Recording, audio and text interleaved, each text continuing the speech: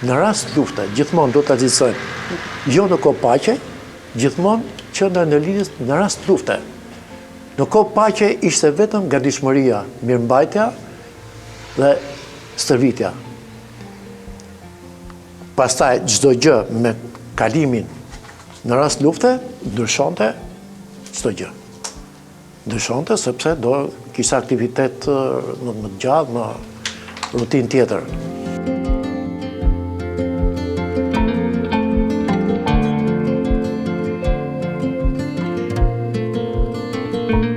Sa kohë keni ndenjur ju këtu? Unë këtu kam ndetur 2 vjetët e ushtrisë, që kam bërë këtu, kam fjetur më këtu. Këtu, dhe si shikoni ka ca kanale këtu në formë të e shikoni këto? Imagjinoni këto kanale këtu, këto janë kanale për shkarkimin e ujrave, nga që kullonin ujrat, kishte lagështirë, kullonin ujrat edhe, imagjinoni këtu ke plet, por ishin tunele të thashë të qëndrueshëm, beton. Sepse gjithmonë duhet mendosh që tuneli ka efektin e kundërt në dimër, efektin e kundërt në verë. Nëse jashtë është vap, tu është freskët, nëse është ftohtë, tu është ngrohtë në dimër. Kishit fjetore tuaja këtu? Kjo është fetoria që atje, deri atje në fund ishin komplet ushtarët, viti parë, viti dytë.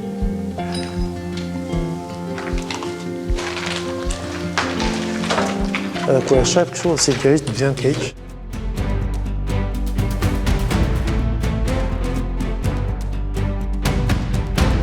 Shpesh herë, zoti Dako, ne kemi treguar vendet që sot i cilësojmë sekrete, por nuk janë më sekrete, siç është ky tunel, dhe jemi hasur me kritikat që pse i tregoni vendet sekrete. Po i shërben kujt ky vend kështu? Shkruhet, nuk e di kujt mund të thuar sekret sot. Kur aty kalon çdo njeri, çdo turist ka drejtën të hyjë. Bile dhe paguan për të hyrë, atëherë ku qëndron më sekreti. Keq të vjen sa nuk ka. Të paktën të përdoret për popullatën. Mirëmbajtje, me stola, me ca krevat, me ca gjëra.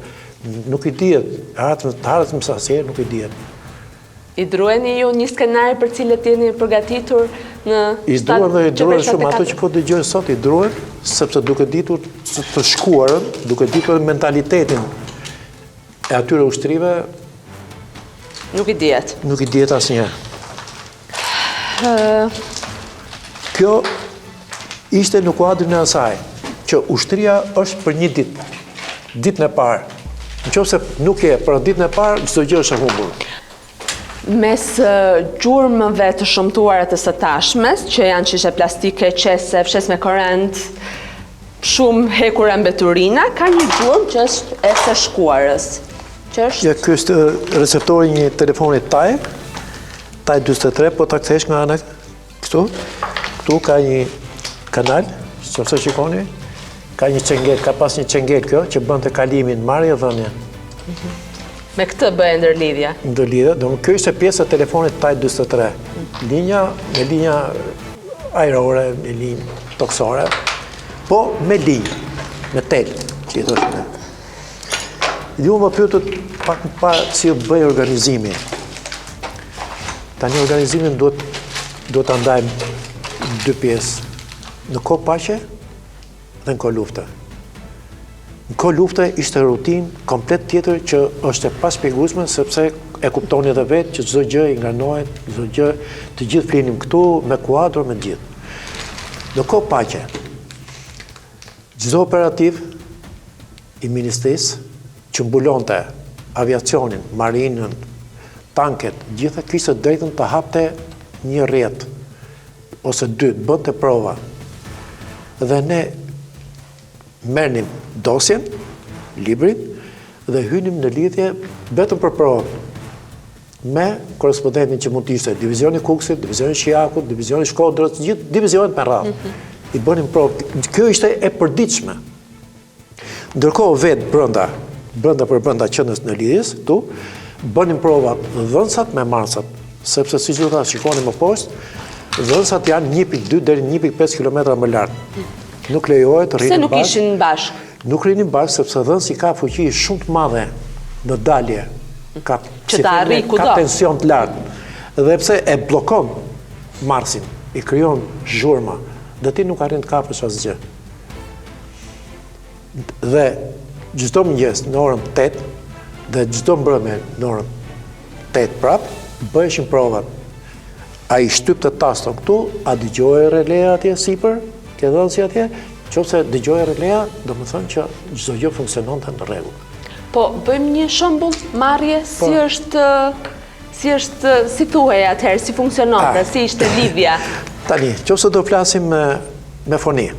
Me foni, çdo gjë thuhet për shembull, po marr një emër, Valbona, ja mund të mori se ndihon marrje. Në qofse do të përkthejmë në gjuhën telegrafike, atëherë përdore gërma vë. Gërma vë, që do thot, vini re.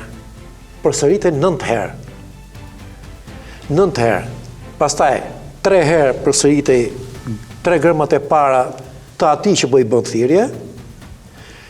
2 herë 3 gërmat e para të thirrjes tënde, emrit tënd, QSA, që do të thot përkthehet në gjuhën telegrafike si më dëgjon, nëse do t'i veje pikpyetje quhet si më dëgjon, nëse do t'i pa pikpyetje me numër, do të thonë që unë të dëgjoj me këtë forcë me këtë. Por kryesorja ishte pa dhënë shenjën ta, që është gërma K, mbyllje, transmetimi mbetet i hapur. Pra, ai atje nuk të kthente përgjigje nëse ti nuk i jep të këtë. Si dhe unë nuk i ktheja përgjigje pa më dhënë ai tatitan. Gërmën K në fund. Ishte e vështirë për ju, si ishte? Jo, e vështirë kur e mësom të duket e vështirë. Kush ju a mësoi ju? Natyrisht, instruktorët tanë i kemi pasur shumë të mirë. Shumë të mirë. Instruktorët i kemi pasur të jashtëzakonshëm. Dhe pastaj bëhet rutinë sepse veshit mësohet dhe nuk ke më të bësh me sa viza ka A-ja, sa viza ka B-ja, sa pika ka H-ja, por kthehet në melodi. Nëse një muzikant ka një vi muzikore të gjatë, radisti ka një vi muzikore shumë të shkurtër. Edhe krijohet melodia. Në bazë melodisë ti krijon gërmën, vendos gërmën atje. Ju kur erdhët këtu, në çfarë viti? Unë këtu kam marrë një herë, kam bërë ushtrinë. Po.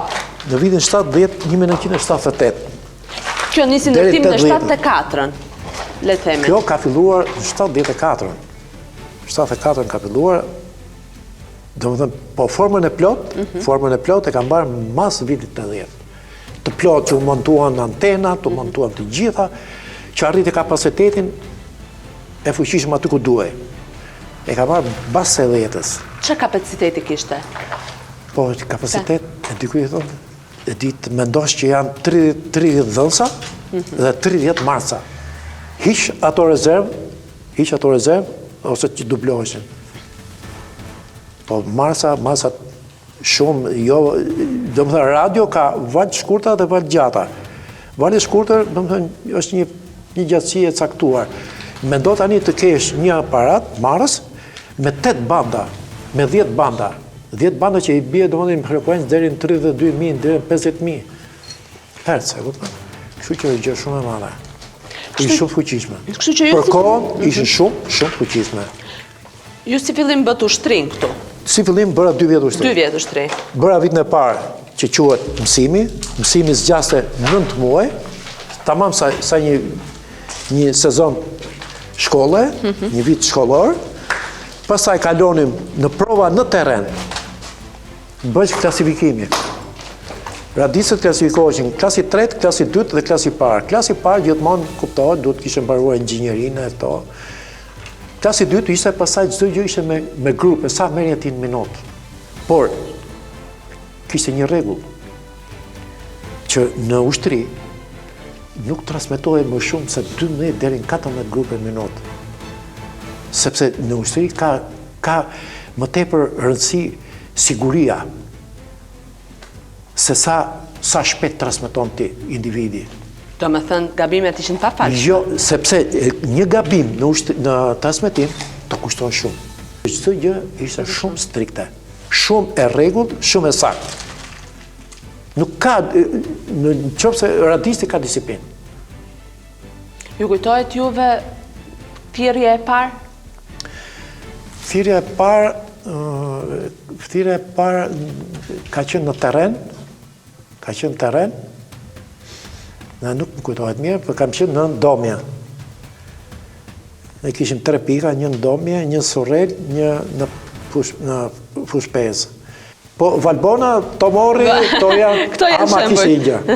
Në qoftë se të dilte emri, për shembull Shpati, do lihet çdo transmetim do të përgjigjej atij, sepse presupozohej që ishte i madh i fare. Enver Hoxha, në sakt. Kishte një emër që unë e mora Shpati, sepse atë ka pas në luftë. Por mund të kishte një pseudonim tjetër, po të dëgjonim atë transmetim, do më thënë që ishte radisti atij, do linim çdo gjë tjetër, do t'i përgjigjeshim atij. Enver Hoxha kishte radistin e tij? Po, Enver Hoxha ka pas radistët e vet, edhe Mehmet Shehu kryeministri, edhe Kadir Zbiu, ministri po i themi ministri brendshëm, edhe shefi shtetit përgjithshëm.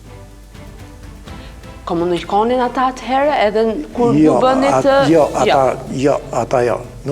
Kurse antarët e tjerë të byros politike i kishin kur lëviznin, kërkonin, mund t'i qonin, mund të mos i qonin, si të mas... Çfarë kërkonin ata? Mund të kërkonin një radist, për shembull që nëse do kishte një problem që t'ishte në korrent me situatën, por në përgjithësi jo, të tjerët. Për ta pasur çdo gjë në kontroll. Këta e kishin me detyrim, ta të katër.